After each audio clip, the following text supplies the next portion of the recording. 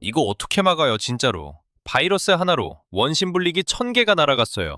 2010년 이란 나탄즈 핵시설 컴퓨터에 정체불명의 코드가 침투하거든요.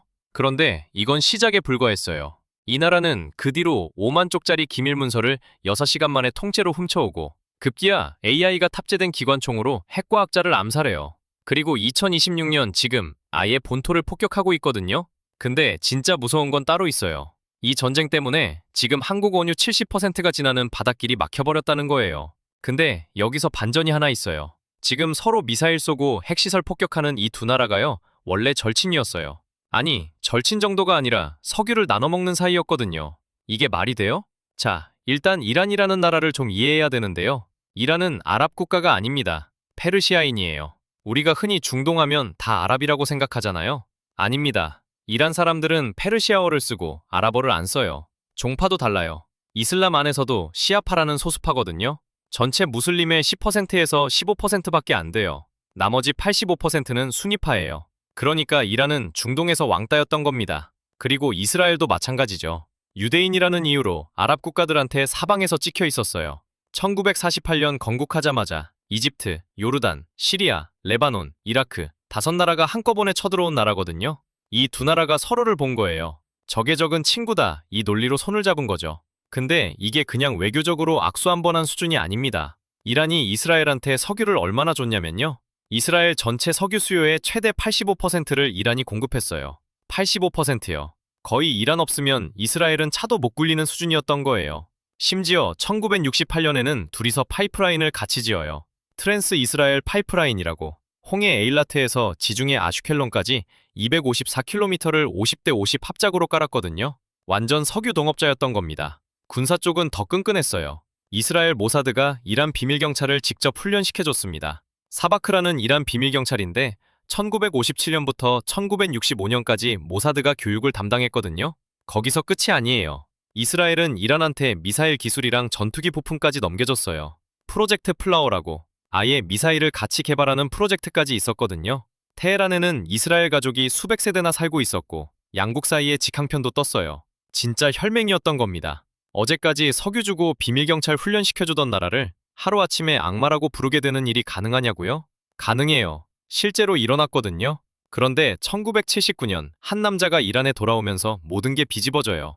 호메인이라는 종교 지도자가 있었어요. 이 사람이 팔레비 왕한테 찍혀서 1964년에 이란에서 쫓겨나거든요.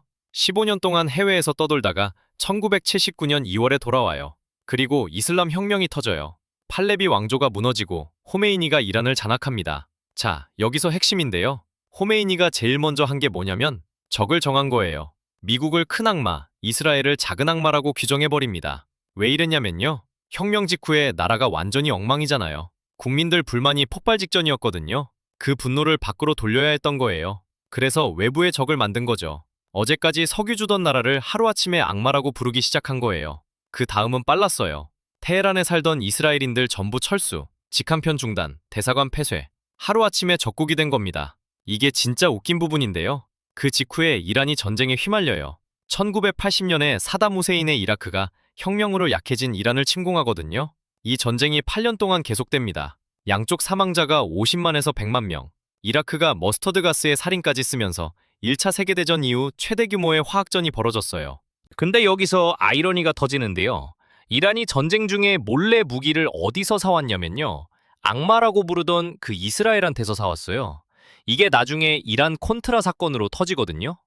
미국이 이스라엘을 경유해서 이란한테 몰래 무기를 팔고 그 돈으로 니카라과 반군을 지원한 거예요. 입으로는 서로 악마라고 하면서 뒤에서는 무기를 주고받은 겁니다. 국제정치가 원래 이래요. 자, 여기까지가 배경이에요. 근데 여기서부터가 진짜 소름 돋는 부분이거든요. 2010년 이란 나탄즈 핵시설에서 이상한 일이 벌어집니다. 우라늄을 농축하는 기계, 쉽게 말하면 핵무기 재료를 만드는 세탁기 같은 장치인데요. 이 원심 분리기가 하나둘씩 고장나기 시작해요. 근데 이상한 게 컴퓨터 모니터에는 전부 정상이라고 떠요. 온도 정상, 회전 속도 정상, 아무 문제 없다고 나오거든요. 그런데 실제로는요, 원심 분리기가 미친 듯이 돌고 있었어요. 정상 속도가 있잖아요. 바이러스가 그걸 순간적으로 확 올려버려요. 1410Hz까지 끌어올렸다가 갑자기 2Hz까지 떨어뜨려요. 쉽게 말하면 세탁기를 최고 속도로 돌리다가 갑자기 멈추고 다시 최고 속도로 돌리는 걸 반복한 거예요. 기계가 버틸 수가 없죠. 근데 모니터에는 정상이라고 뜨니까 기술자들은 원인을 못 찾은 거예요. 장비 결함인가, 부품이 불량인가. 원심 분리기를 교체해봐도 또 고장나고 이란 기술자들이 몇 달을 헤맸어요. 자기들 실력이 부족한 건가 의심까지 했다고 합니다. 자, 여기서 핵심인데요. 나중에 밝혀진 원인은 바이러스였어요. 이름은 스톡스넷. 세계 최초로 사이버 공격이 실제 기계를 물리적으로 부순 사례였습니다. 그전까지 컴퓨터 바이러스라고 하면 데이터를 지우거나 시스템을 먹통으로 만드는 정도였거든요. 스톡스넷은 달랐어요. 컴퓨터 화면에는 정상이라고 뜨게 조작하면서 실제로는 기계를 물리적으로 박살낸 겁니다. 결과가 어땠냐면요. 원심 분리기 약 1000개가 박살났어요. 전체의 10%입니다. 이란 핵 개발이 1년 5개월에서 2년이나 뒤로 밀렸습니다. 근데 여기서 한 가지 의문이 생기잖아요. 이 핵시설은 인터넷이 안 돼요. 외부 네트워크가 완전히 차단된 시설이거든요. 그러면 바이러스를 어떻게 심었을까요? USB 하나예요. USB. 핵시설에서 일하는 연구원의 집 컴퓨터를 먼저 감염시켰어요. 그 연구원이 USB를 집에서 쓰고 그걸 핵시설에 가져가서 꽂는 순간 인터넷이 안 되는 시설 내부망까지 뚫린 겁니다. 이걸 설계한 사람들은 연구원의 생활 패턴까지 다 파악하고 있었다는 뜻이에요. 이란의 아흐마디네자드 대통령은 이스라엘과 미국의 합작이라고 지목했고 공식적으로 확인된 건 아니지만 사실상 확정된 거나 마찬가지입니다. 이란은 난리가 났어요. 자기네 핵시설이 눈에 보이지도 않는 코드 한 줄에 뚫렸다는 사실 자체가 굴욕이었던 거죠. 근데 이건 애교였어요. 이스라엘이 그 다음에 한 일은 진짜 영화보다 대담했거든요. 2018년 1월 31일 밤이에요. 테헤란 남쪽 카리작이라는 동네에 낡은 창고가 하나 있었거든요. 겉으로 보면 그냥 허름한 건물이에요. 근데 이 안에 이란 핵 프로그램의 비밀 문서가 통째로 들어있었어요. 금고 32개에 나눠서요. 이날 밤 모사드 요원 20명도 안 되는 팀이 이 창고에 들어갑니다. 근데 이 사람들이 금고 32개를 다 연 게 아니에요. 딱 6개만 골라서 잘라요. 자, 여기서 핵심인데요. 뭐가 중요한지 이미 다 알고 있었다는 거예요. 이란 수도 한복판에서요. 이 사람들이 가져간 게 종이 문서만 5만 쪽, 거기에 CD 180세개까지. CD 한 장에 약 300쪽 분량이니까 합치면 10만 쪽이 넘습니다. 그리고 6시간 30분 만에 작전이 끝나요. 경비원이 오전 7시에 출근하거든요. 그 전에 전부 빠져나간 거예요. 이란 입장에서 생각해보세요. 자기 나라 수도에서 핵 개발의 모든 기록이 하룻밤 사이에 사라진 겁니다. 이게 진짜 웃긴 부분인데요. 이걸 이스라엘이 숨긴 게 아니에요. 2018년 4월 30일 네타냐후 총리가 텔아비브에서 TV 기자회견을 열어요. 전 세계 카메라 앞에서 우리가 이란 핵 기밀을 통째로 가져왔습니다. 라고 발표한 거죠. 훔쳐놓고 당당하게 자랑한 겁니다. 이란 입장에서는 수치를 넘어서 치명적인 타격이었어요. 핵 프로그램이 사실상 발가벗겨진 셈이니까요.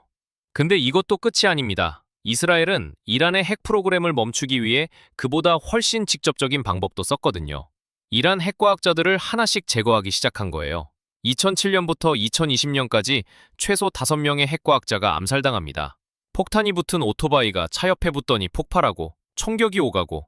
그런데 2020년에 일어난 마지막 암살은 차원이 달랐어요. 2020년 11월 27일이에요. 모셈 파크리자데. 이 사람은 이란 핵 프로그램의 핵심 인물이에요.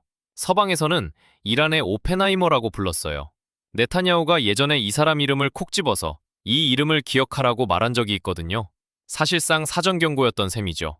이날 파크리자데는 부인과 함께 테헤란 외곽 압사르드라는 곳을 차로 지나가고 있었어요. 도로 옆에 파란색 자미아드 픽업 트럭 한 대가 서 있었는데 이 트럭 짐칸에 기관총이 숨겨져 있었어요. 벨기에제 FM 매그 기관총에 AI 안면 인식 장치와 탄도 보정 시스템이 달려 있었죠. 위성으로 원격 조종이 가능한 로봇 무기였습니다. AI가 파크리자데의 얼굴을 인식하는 순간 자동으로 사격이 시작됩니다. 그런데 옆에 부인이 타고 있었잖아요. 부인은 다치지 않았어요. 그만큼 정밀한 타격이었다는 겁니다. 그리고 사격이 끝나고 3분 후에 트럭이 스스로 폭발합니다. 증거 인멸까지 자동이었어요. 현장에 사람이 단 한 명도 없었습니다. AI가 목표물을 식별하고 정밀 사격하고 증거까지 없앤 거예요. 2020년에 이미 이런 기술이 실전에 투입됐다는 게 소름 돋는 부분이죠. 바이러스로 핵시설을 부수고 기밀 문서를 통째로 훔쳐오고 AI 기관총으로 핵심 과학자를 암살하고 2026년 지금은 아예 다른 차원입니다.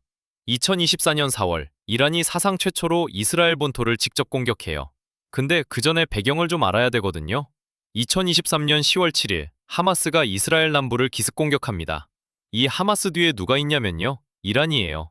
이란은 직접 싸우는 대신 싸워줄 애들을 키워놨어요. 남쪽에는 하마스, 북쪽 레바논에는 헤즈볼라, 예멘에는 후티 반군. 이란이 돈과 무기를 대주고 이 세 조직이 이스라엘을 둘러싸고 압박하는 구조입니다. 그러니까 이건 이란 대 이스라엘의 1대1 싸움이 아니에요. 이란이 만들어 놓은 포위망 전체가 움직이기 시작한 겁니다. 그리고 2024년 4월, 이란이 직접 나서요. 드론 170기, 순항미사일 30발, 탄도미사일 120발, 총 320발을 한꺼번에 쏜 거예요. 그런데 이스라엘이 이걸 99% 격추해버립니다. 99%요. 사실 이란은 공격 48시간 전에 오만을 통해 미국한테 미리 알려줬거든요. 실제로 피해를 줄 생각이 아니라 국내 여론용으로 쏜 거라는 분석이 많아요. 근데 이게 오히려 독이 됐어요. 이스라엘한테 본토 공격을 했다는 빌미를 준 셈이니까요. 그리고 2026년 2월, 진짜 전쟁이 시작됩니다. 미국과 이스라엘이 이란 본토에 기습 공습을 날려요. 최고 지도자 하메네이를 포함한 주요 관리들이 이 공습으로 사망하고 민간인도 100명 이상 목숨을 잃어요.